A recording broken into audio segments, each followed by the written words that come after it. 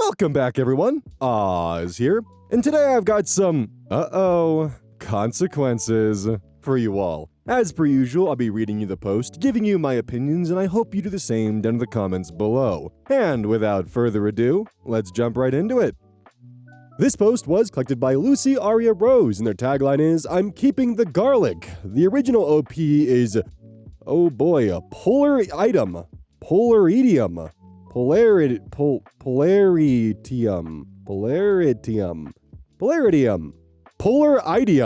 Goddamn, trying to pronounce that with having congested sinuses is hell, not to mention it just doesn't make any goddamn sense. I have a fever right now, by the way, so I might be a little loopy. Anyways, this was posted to r/TrueOffMyChest May 14th, 2024. My girlfriend sold my car because of a petty argument. I'm now suing her. So, for a bit of context, my girlfriend and I have known each other for around 4 years and started dating during 2021. The car has been passed down for generations, by the way. It's a 1972 Ford F100. My grandpa owned, then passed down to my dad, then passed down to me. I don't drive it too often, as I do have my own car, but I use it for work. Recently, we've gotten into an argument over me not taking care of our 2 cats. Thing is, I spend almost all day working, and the rest of it is resting. So, what did she do? She got the pickup truck, went to a junkyard, and sold it. The worst part, she sold it for $400. Keep in mind, this truck was in pristine condition. When I got back home from the bar, I noticed the pickup wasn't there. I asked her, and she told me what she did. I instantly packed up my things, my cat, told her we were done, and left. I've been getting calls from her family and friends every day calling me names. Am I in the wrong? Relevant comments. The argument. First time we had an argument over chores. Last argument we had was about her disappearing on me for 9 hours without any previous notice. That was about a month ago. Thing is, it's not like I just didn't take care of the cats at all. I was just really busy with work and got back home really tired. Also, keep in mind that I was the breadwinner in the house. I had an agreement that she would do the chores, I put food on the table. I loved the cats and fed them.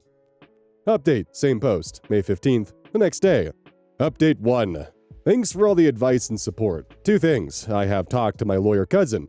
He said I could have a solid case if this goes to court, but honestly, after all the shit I've been through, I want my pickup back and some more for what happened.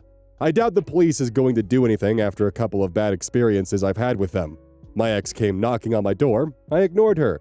Don't want anything to do with that bitch anymore. My dad also got the news and was super sad, considering that truck was pretty much the family's breadwinner for about 30 years. Update 2 on the same post, between May 15th to the 16th. Thanks for the advice again. I have now filed a police report for the stolen F-150. I have hope it can be done. I'm also doing my own bit of research, driving to a couple nearby junkyards, but I doubt I'll find it on my own. I hope we can find the old green F-100 we love so much. Update 3 on the same post. The F-100 has been found on a nearby junkyard by a friend. Thanks for all the support, guys. Update 4, same post again. So people have been asking these things, so I feel like I should clarify. 1, it's not like I took no care of the cats at all. I did. She doesn't work. I put bread on the table. She gets the house chores done. That's how we managed it, which is why I feel like this was petty. 2, I went to a bar to hang out with a friend I had not seen in 5 years. I don't drink heavily or often. 3, the signature was forged by my girlfriend, from what I know at the moment. Or the junkyard guy just took it because it was 9.6K in profit. The junkyard opens at 12:30 a.m. today, and since it's currently 5 a.m. here, I'm still gonna have to wait for a while. As you might be able to tell, today was quite a crazy day. Haven't gotten 1 minute of sleep. Update post, May 15th, 2023. So, I have the F-100 back, over a day of no sleep, work, and panic, and it's finally over. She's been charged with a Class 1 felony for stealing a car worth more than $10,000. She's been fined $5,000. Finally back from the garage with the truck. I am so tired. I'll take a nap now. I'll update you guys more thoroughly tomorrow. I don't feel like explaining every detail right now. It's 19:09 p.m., and I'm really tired of this fucking shit. And also, feel free to ask me anything. I'll try to answer everything. Update 5, same as the original post, May 16th, 2023, 2 days from the original post. I have the truck back. The F-100 is actually back.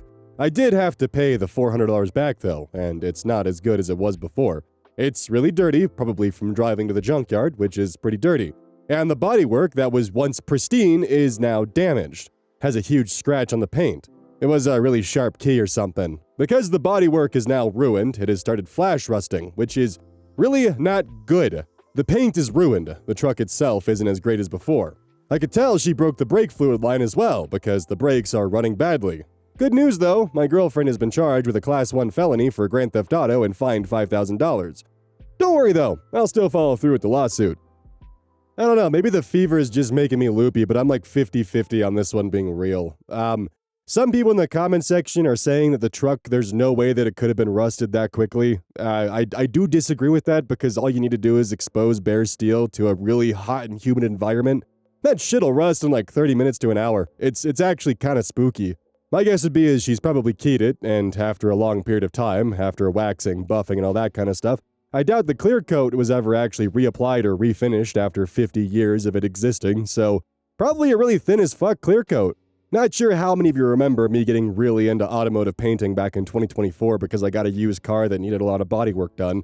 But yeah, soft hyperfixation, so at least I do have a little bit of knowledge on that, not like a professional grade knowledge, but just enough to where I can be like, oh yeah, no, that checks out. However, the parts that do make me raise an eyebrow is, one, anytime a guy refers to his ex as a bitch, it always kind of makes me a little wary of the whole argument and whole, like, discussion and topic. It just leaves an icky taste in my mouth. That doesn't mean his story is any less credible, it just kind of, I don't know, makes me more on guard, I guess. The other aspect is now I'm really craving bread for some reason. Could it potentially be because, well, he kept saying that he was the breadwinner? I don't know. At the end of this tangent, I'll talk about the unhinged, degenerate shit I do with Panera Bread. But anyways, the other part is the legal system that they're working with, whether it's rule or not, damn, that works fucking quick. Like, even just getting the charges on the books, it happening within, like, 2 days, that seems just suspiciously quick to me. Like, I know that they're charges and not a conviction, but for some reason, it just seems rapid in my eyes. Granted, the thermometer says 101, so I mean, you know, it could just be that my brain is just soup. But if this is real, I do wonder what kind of thought process would go through someone's head of like, oh yeah, he's too busy with work to feed the cats? Oh, this'll show him. I'll sell his heirloom truck. There is no way this can possibly fall back onto me.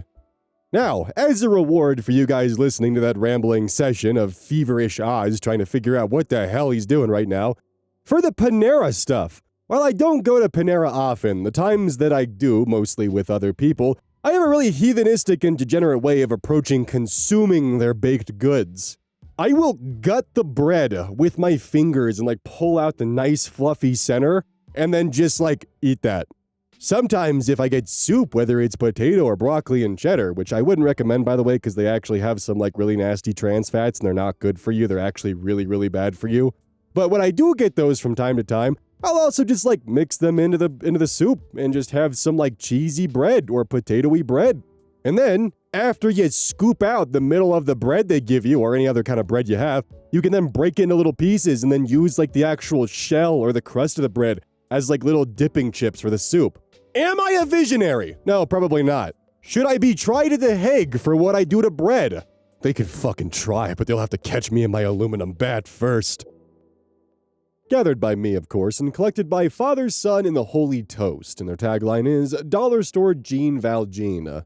Or potentially Jean Valjean. The original OP is Don't Hate on Debate, posted to r/Am I the Asshole, April 7th, 2020. Am I the asshole for snapping at my brother because he's why we moved? Me, 14 female. Brother, Daniel, 16 male. I used to live in City X. I was born and raised there. All my friends are here. All extracurricular opportunities I have are here, i.e. the debate circuit is very strong here, connections I've cultivated for youth activism, good internship opportunities, etc. But my brother fucked up big time about a year ago, and it ruined all for us. I'm not going to go into the exact nature of what he did, but it was bad. He didn't do something that would have serious legal consequences or anything, but it was stupid, incredibly problematic, and got him landed in enough shit for it to get spread throughout social media. He also got in trouble with the school, and he claimed he couldn't stay there because his reputation is ruined. Personally, I think he should have thought of that before he did it. My parents were mad, but they got sympathetic because he said he was getting bullied and they wanted to protect his future. So they moved him to 2 other high schools, but it ended in the same way because everyone knew what happened anyways. So my parents and him decided to move to an entirely different state, in City Y, without consulting me at all. My brother's future is important, but why should my future be sacrificed just because he fucked up? City Y is super small and has way shittier schools and doesn't have a debate league. I also had to leave all my friends behind. No one knows about what my brother did, so he's happy. My parents are happy, he's happy. I'm the only one who's not happy. At the risk of sounding cocky, I had a really good future in my extracurriculars. Definitely could have shaped up to be one of the best nationally according to a lot of people, if I had the right coaching and competition. I could have gotten scholarships to great schools for it, but no.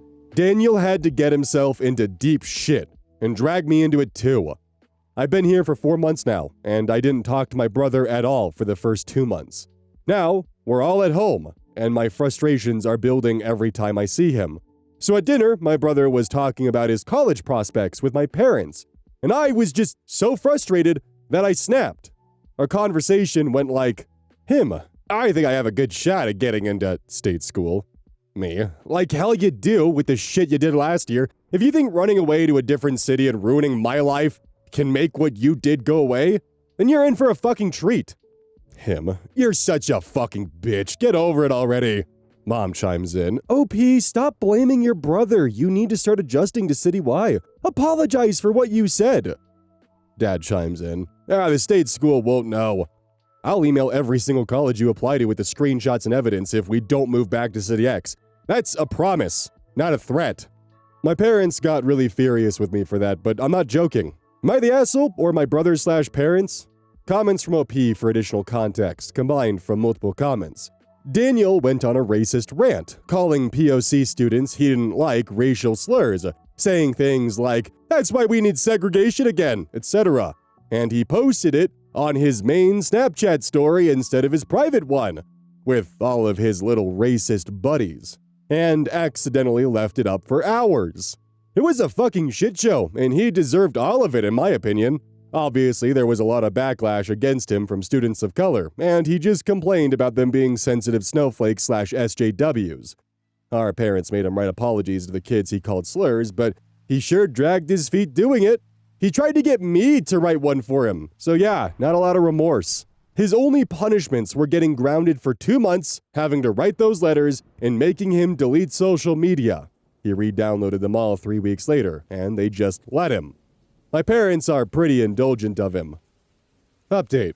Hello Reddit, before I begin, I'd like to thank everyone for how supportive they've been in response to my last post. I've gotten a lot of PMs about helping me with debate and advice, which is greatly appreciated. I haven't really gotten a chance to give y'all an update, and you'll see why. So, as background, my uncle Randy, not real name of course, doesn't have kids. But he's dating my aunt Rebecca, technically girlfriend, but it's been 8 years, so she's family. They live across the country, in City Z, which is a great place. Not as nice as City X for debate, but definitely better than City Y. Since they live pretty far away, we only really see them on holidays, the years we spend it with Dad's family. Randy is very well off. I don't know how much he makes exactly, but I've stayed at his house, and it's very nice for a place in City Z. And it's not his only one. He's very generous, and he has set up college funds for me, Daniel, and Rebecca's little brother, Ricky.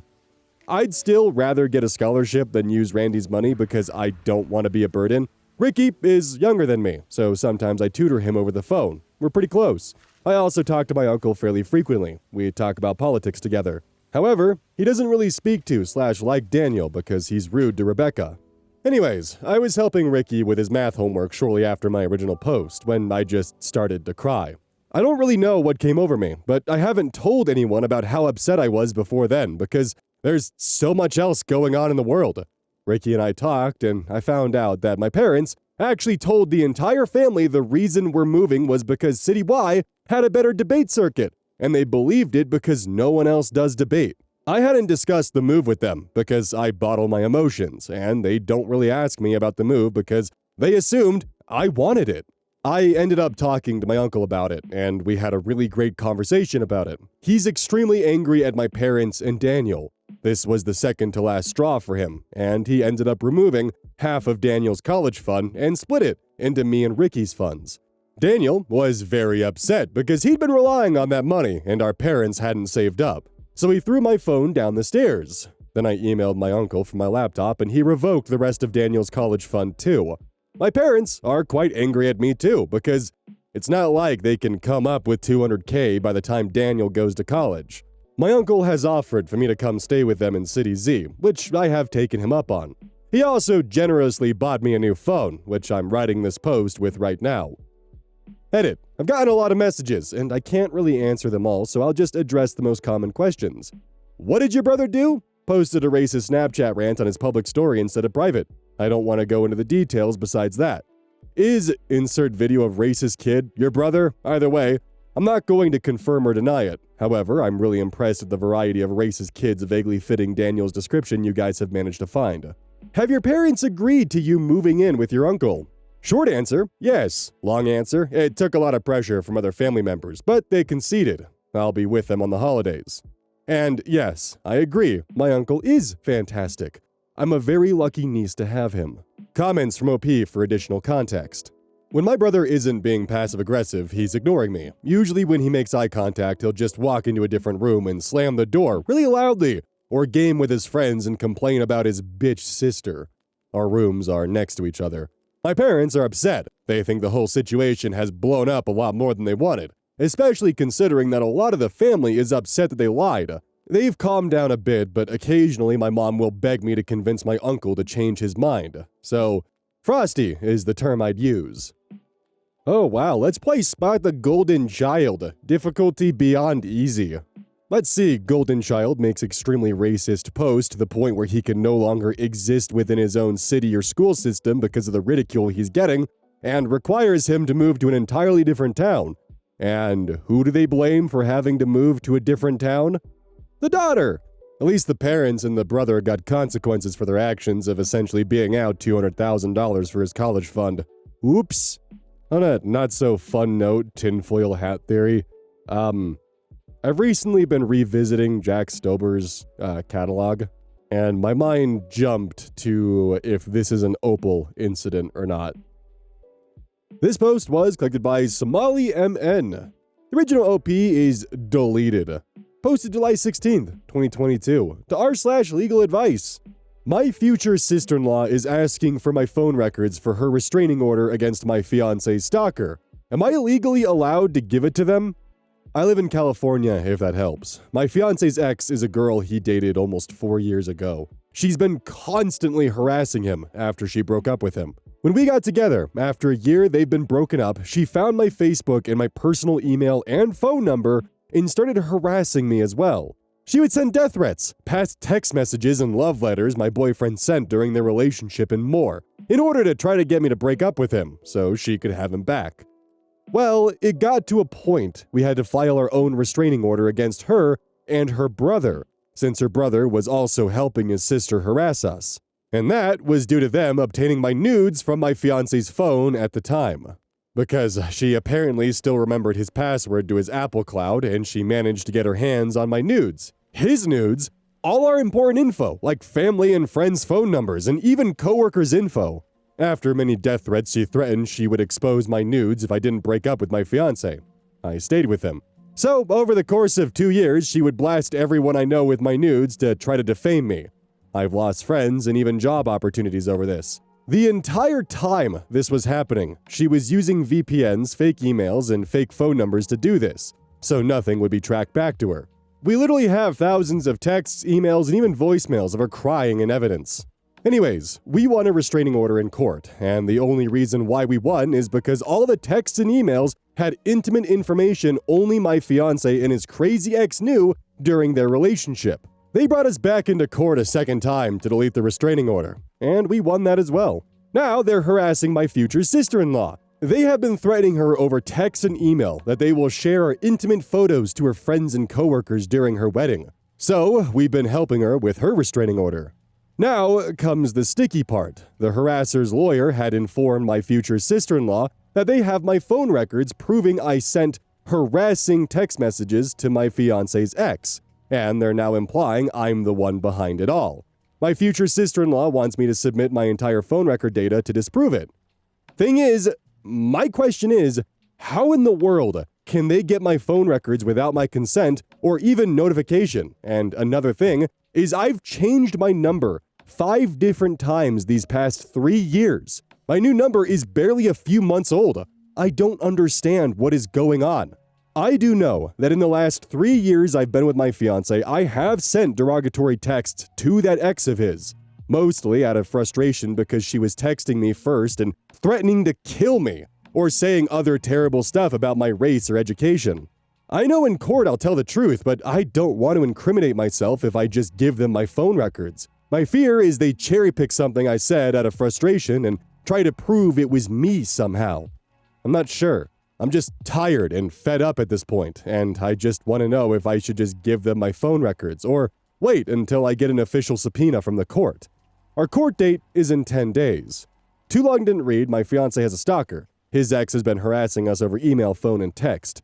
Said ex has made death threats to his sister, my future sister-in-law, and now she's filing a restraining order herself against Crazy Ex, and is asking for my phone records. In the comments, user Fuzzy Possession 2 comments, likely if you hand the records over, their lawyer will allow X to see all the numbers you contact, only giving them more information and people to harass regarding yourself and fiancé. Bring this up as a concern to sister and speak with her lawyer about it. Maybe portions of the numbers can be redacted to at least give them the proof they need without revealing the actual full numbers. Deleted comment. Obligatory I am not a lawyer. There's a lot to unpack here, but I'll try to help. First off, did the harassers have this lawyer when you went to court for the restraining order? It seems odd that this wouldn't have been introduced during those times. If they recently hired an attorney, however, you will want your sister-in-law to hire an attorney as well. However, and remember, I am not a lawyer, it seems suspicious that the harasser's lawyer thinks text messages between you and the fiancé's ex have any bearing whatsoever on the restraining order your sister-in-law is filing. Objection relevance seems like a phrase you'll want your sister-in-law to remember at the court hearing. Second, did you report the fiancé's ex to the police for revenge porn? You mentioned fiancé's ex, I can't keep typing fiancé's ex on my phone, distributed your nudes. Even without direct proof, you have copies of the threats she sent and evidence that others received your nudes. Even if it doesn't go anywhere, you'll want to file a police report. That can be used in court. Third, while I still think it's not relevant for sister-in-law's case, I would still bring any pertinent documents from your restraining order. Paper printouts of any text messages from/to fiancé's ex, copy of your restraining order against fiancé's ex, anything that you can share with the judge should they ask. Fourth, good that you're telling the truth. Be honest, it's understandable that you're going to react to someone saying they're going to kill you.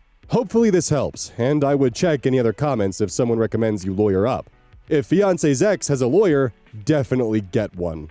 Hope he responds, thank you for taking the time and writing this all out. This does help. To answer some of your questions, yes, we have reported every single revenge blast to the police. We currently have 4 open cases throughout the 2 years. Unfortunately, we can't prove it was her because she used spoofed numbers. We even paid $10K and hired a digital forensic company to try and gain evidence. Unfortunately, all they could come up with is a busted subpoena, indicating that whoever sent those emails and texts, they used spoofed numbers and emails. So that's pretty much a dead end.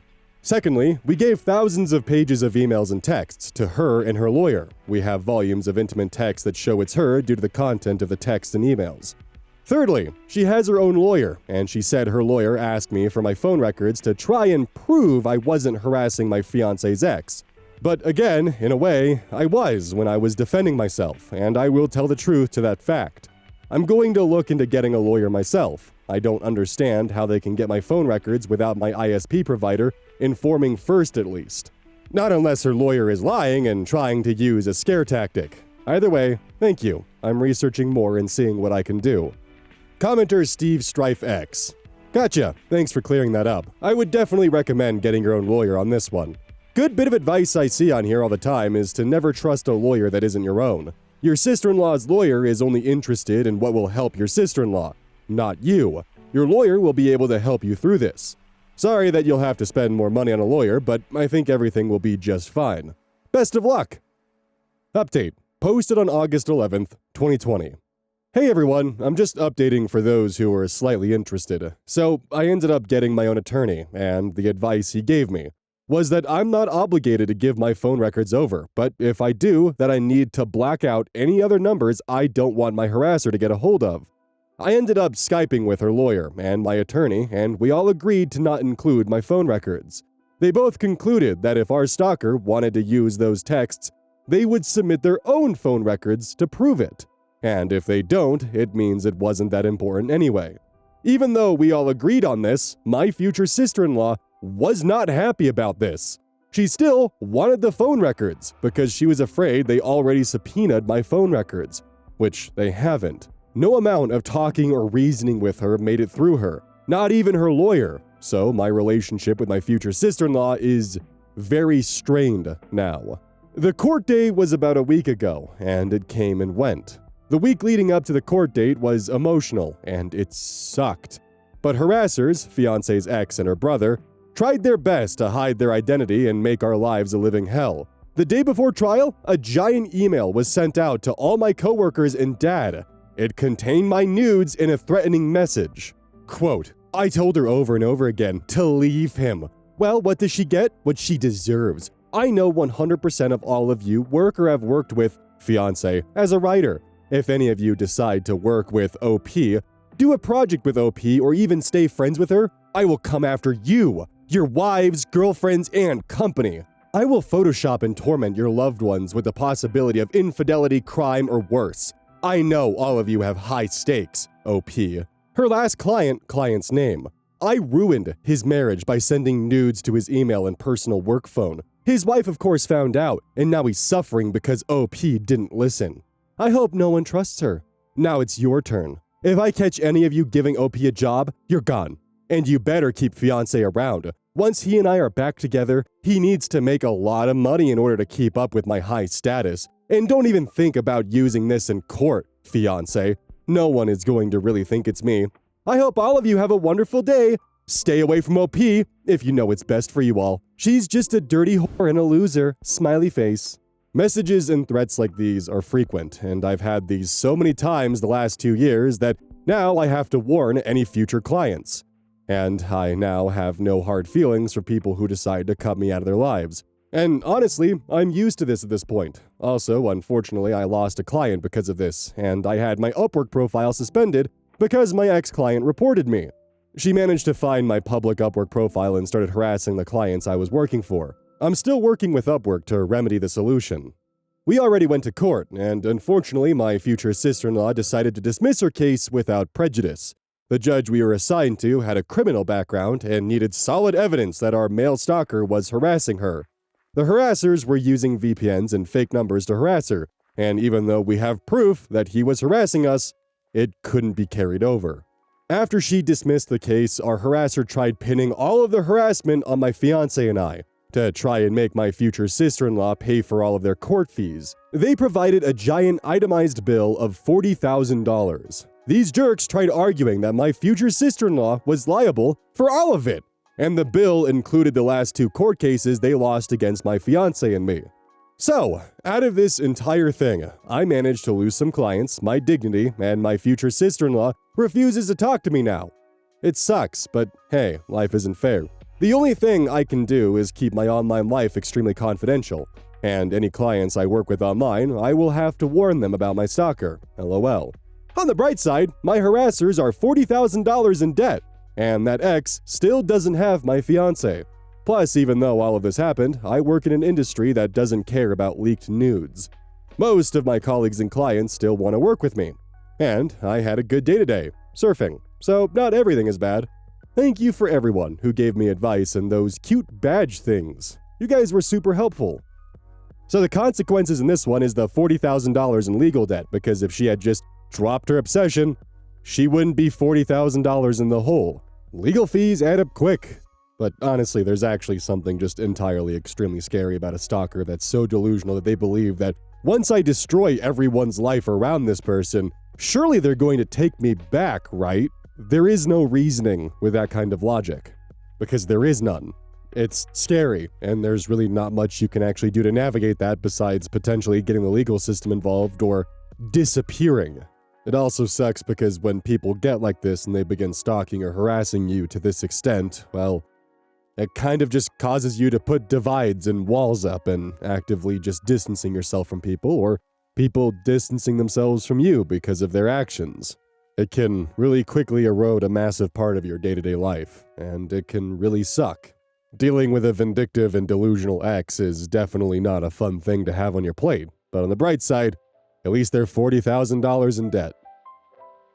Just as a quick heads up, still working on getting UhOhConsequences public. I was going to do that this week, but with being sick, I just have not had the energy to do that. Once it is public, it'll be open for contributions from you guys, whether it's cross posts or even your own submitted stories that have consequences. Still working on that, though. Well, still sick, still not feeling great. If it gets worse tomorrow, I'm probably gonna have to do a compilation or something. I just worry about that because, you know, YouTube does not take kindly to that kind of behavior. Sorry for this week kind of being filled with short videos. I'm just doing what I can to make sure I can still maintain the content flow without also just, you know, falling apart at the seams here. I'm just happy that YouTube no longer shows me a falling paper airplane or a crashing hot air balloon when a video performs bad. That's not even a joke, by the way. In the YouTube Studio dashboard, if a video would perform poorly, they would, like, show you an infographic of, like, a hot air balloon crashing. And it's like, oh, your audience just isn't interested in this video. Maybe you should try changing the thumbnail or title, or maybe it's just because the video sucks. Who knows? Thankfully, they got rid of that, but, like, the relationship with YouTube and, like, how they do the whole creator stuff is just... sometimes it sucks, man. Oh shit, also gamer subs, use code EYES to check out. Please? You can just get the free samples and try them first. Every purchase made supports the channel directly. So if you like the free samples, then order a few tubs. And yeah, my current flavor recommendation is anime girl thigh, anime thigh girl, anime girl thigh. That's the flavor. Anyways, it's orange dreamsicle. It's actually really good. Sorry I couldn't remember the name of the flavor. But after all, that's nothing new. I spent 2 years calling it soda pressing pear instead of soda pressed pear. Will Oz recover from his cold? Will he ever get his shit together? Find out next episode of Oz's Fall. Thank you.